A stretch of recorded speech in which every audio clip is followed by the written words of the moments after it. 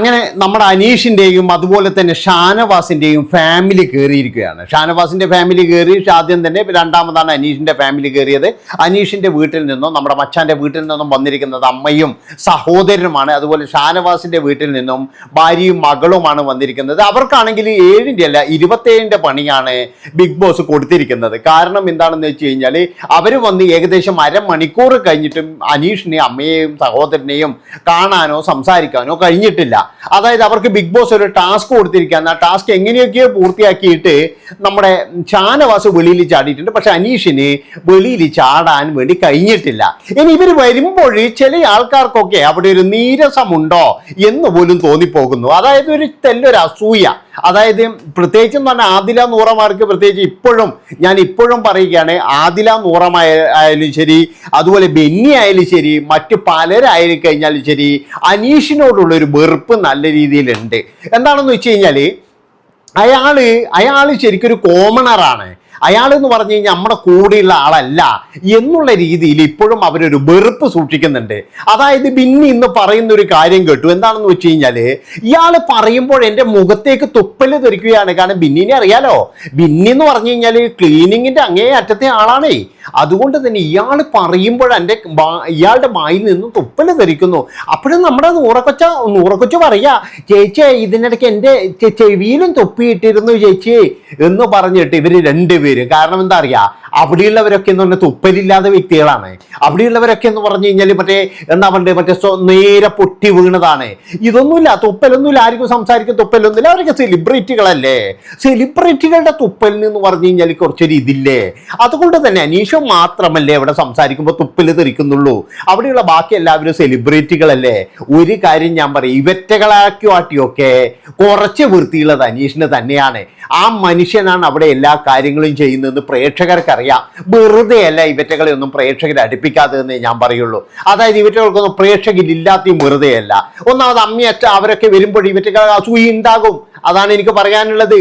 അതാണ് ആ അമ്മ ശരിക്കും പറഞ്ഞു കഴിഞ്ഞാൽ മകൻ്റെ ആ ഒരു വിജയത്തിൽ തല ഉയർത്തിപ്പിടിച്ചാണ് വരുന്നത് എന്നുള്ളതാണ്. അവിടെയാണ് നമ്മൾ പോയിന്റുകൾ കൊടുക്കേണ്ടത്.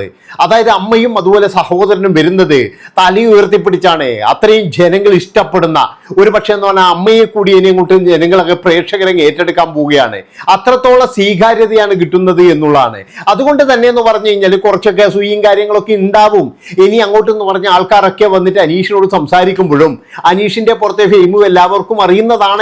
അപ്പോഴിവറ്റകളുടെ അസൂയ കുറച്ചുകൂടി അങ്ങോട്ട് കൂടും എന്നാണ് എനിക്ക് പറയാനുള്ളത്. ഉള്ള കാര്യം എന്താ പറയുന്നത്, ഞാൻ മുഖം നോക്കിക്കഴിഞ്ഞാൽ മനസ്സിലാകും.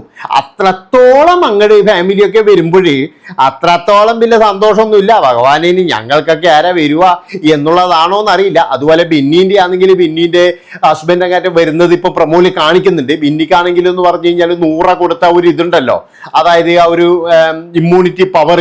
അതുകൊണ്ട് തന്നെ എന്ന് പറഞ്ഞു കഴിഞ്ഞാൽ ഒരാഴ്ച കാലങ്ങാനം അവരുടെ ഭർത്താവ് അവിടെ തന്നെ ഉണ്ടാകും എന്നാണ് കേൾക്കുന്നത്. ഏതായാലും അതിൻ്റെ കാര്യങ്ങളൊക്കെ നമുക്ക് നാളെ മുതലേ കാണാൻ കഴിയുള്ളൂ എന്നാണ് എനിക്ക് തോന്നുന്നത്.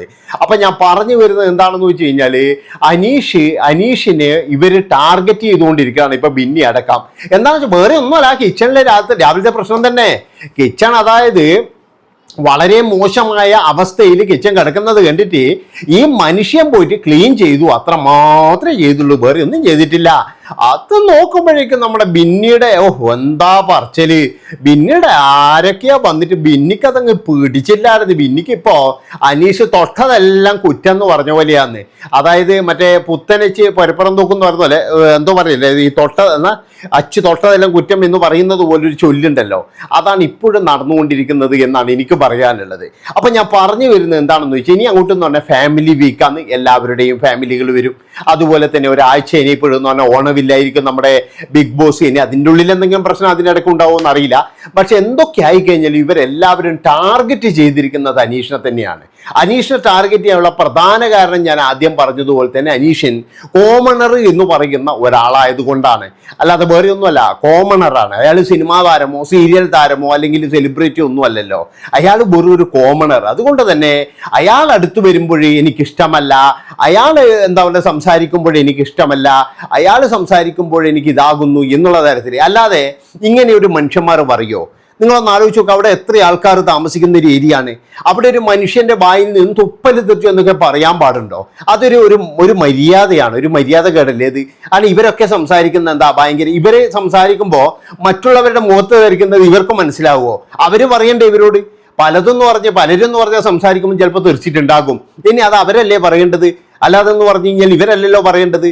അതാണ് ഞാൻ പറയുന്നത്. എല്ലാവർക്കും അതായത് മാറാ രോഗമൊന്നുമില്ല, അത് പിന്നെ ആദ്യം മനസ്സിലായി. അതായത് ബിന്നിക്ക് എന്തോ ഒരു പ്രത്യേകത, എന്തോ ഞാൻ വലിയ ഡോക്ടറാണ്, എന്ത് ഡോക്ടറാണെന്ന് മറ്റേ ഇവിടെ എന്നാ ഇതിനിടയ്ക്ക് ലാലേട്ടൻ ചോദിച്ചിട്ട് ഒരു ഉത്തരം പോലും കിട്ടാത്ത ഒരു ഡോക്ടറാണ്.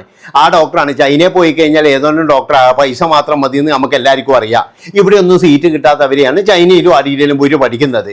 പിന്നെ ഞാൻ വലിയ ഡോക്ടറാണ്, എനിക്ക് മാത്രമേ ക്ലീനിങ് ഉള്ളൂ, ബാക്കിയുള്ളവരൊക്കെ എന്ന് പറഞ്ഞ് പുഴുക്കളാണ് എന്നുള്ള തരത്തിലാണ് നമ്മുടെ അഹങ്കാരി ബിന്നിയുടെ സംസാരം.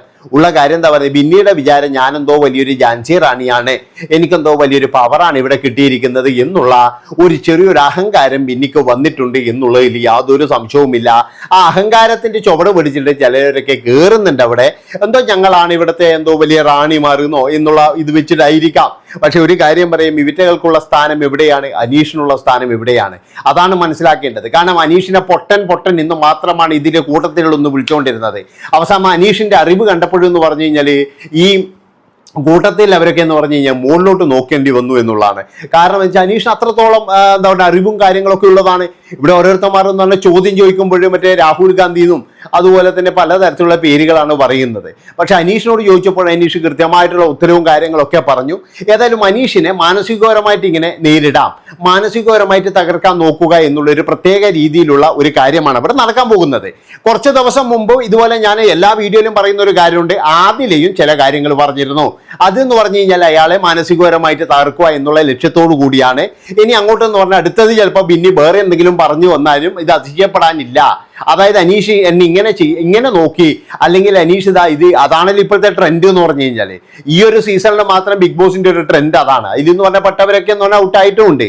അതായത് പിന്നെ വീഴാൻ പോകുമ്പോൾ വരെ ഒന്ന് പിടിച്ചു കഴിഞ്ഞാൽ അതൊരു വലിയ കുറ്റമായിട്ട് കാണുന്ന ഒരു സീസണായി മാറിയിരിക്കുകയാണ് ഈ ഒരു സീസൺ എന്നുള്ളത് ഒരു വളരെ ദുഃഖകരമായ കാര്യം തന്നെയാണ്. എന്തൊക്കെ ആയിക്കഴിഞ്ഞാലും ഇപ്പോഴും ഫാമിലി വീക്കും കാര്യങ്ങളൊക്കെ ആയിട്ട് ഇനി ഞാൻ പറഞ്ഞ പോലെ ഓണവില്ല് തന്നെ ആയിരിക്കാം. ഏതായാലും 8ന്റെ പണി അനീഷ് ഞാൻ വീഡിയോ എടുക്കുന്നത് വരെ അനീഷ് പുറത്തിറങ്ങാൻ സാധിച്ചിട്ടില്ല, അമ്മയെ കാണാൻ സാധിച്ചിട്ടില്ല. ഏതായാലും അമ്മ ഭാഗ്യം ചെയ്തതാണ്. കാരണം എന്താണെന്ന് വെച്ചാൽ ഇത്രയും ജനങ്ങളുടെ സ്നേഹം തൻ്റെ മകനിലൂടെ തനിക്കും കുടുംബത്തിനൊക്കെ കിട്ടുന്നതിൽ അമ്മയ്ക്ക് അതിയായ സന്തോഷമുണ്ട്. അതുപോലെ തന്നെ മറ്റു പലരുടെയും ദുഃഖത്തിനും ഇത് കാരണമാകുന്നുണ്ട്. അസൂയയും കുശുമ്പും അവരുടെ കൂടപ്പറപ്പ് തന്നെയാണെന്ന് ഞാൻ പറയുള്ളൂ. അത്രത്തോളം അസൂയാലുക്കളാണ് അതിൻ്റെ ഉള്ളിലുള്ളത്. അപ്പൊ അതിന് ചൂട്ടുപിടിക്കാൻ കുറെ എണ്ണം അവിടെയുണ്ട് എന്നുള്ളതിൽ യാതൊരു സംശയവുമില്ല. അനീഷിനെ നെഗറ്റീവ് ആക്കാൻ വേണ്ടിയിട്ട് ഇവിടെ ഒരു സംഘം നല്ല രീതിയിൽ ശ്രമിക്കുന്നുണ്ട് എന്നാണ് എനിക്ക് പറയാനുള്ളത്. അതിനെതിരെ ശക്തമായിട്ട് നമ്മൾ പ്രതിരോധിക്കണം. ഇത്രയും പറഞ്ഞുകൊണ്ട് ഈ ഒരു വീഡിയോ ഇവിടെ വെച്ച് വൈൻഡപ്പ് ചെയ്യാണ്. എല്ലാവരും ചാനൽ സബ്സ്ക്രൈബ് ചെയ്ത് ആ ഒരു ഹൈപ്പ് ബട്ടൺ കൊണ്ട് അമർത്തിക്കോ. Bye bye.